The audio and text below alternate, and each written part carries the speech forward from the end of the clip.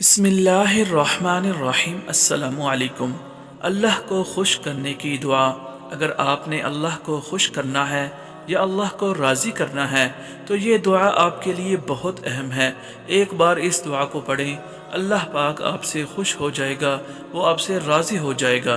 नबी अकरम सल्लल्लाहु अलैहि वआलिहि वसल्लम ने फरमाया कि तुम्हारा रब अपने बंदे से खुश होता है जब उसका बंदा ये दुआ पढ़ता है, रब्बिग़फिरली ज़ुनूबी इन्नहु ला यग़फिरुज़्ज़ुनूब गैरुक।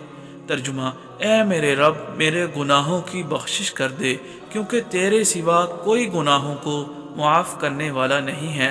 दोस्तों, अगर कोई बंदा या अल्लाह की बंदी जब ये दुआ पढ़ती हैं, सिर्फ़ एक मरतबा दुआ पढ़ने की देर होती है कि अल्लाह पाक उससे खुश हो जाता है, अल्लाह पाक उससे राज़ी हो जाता है।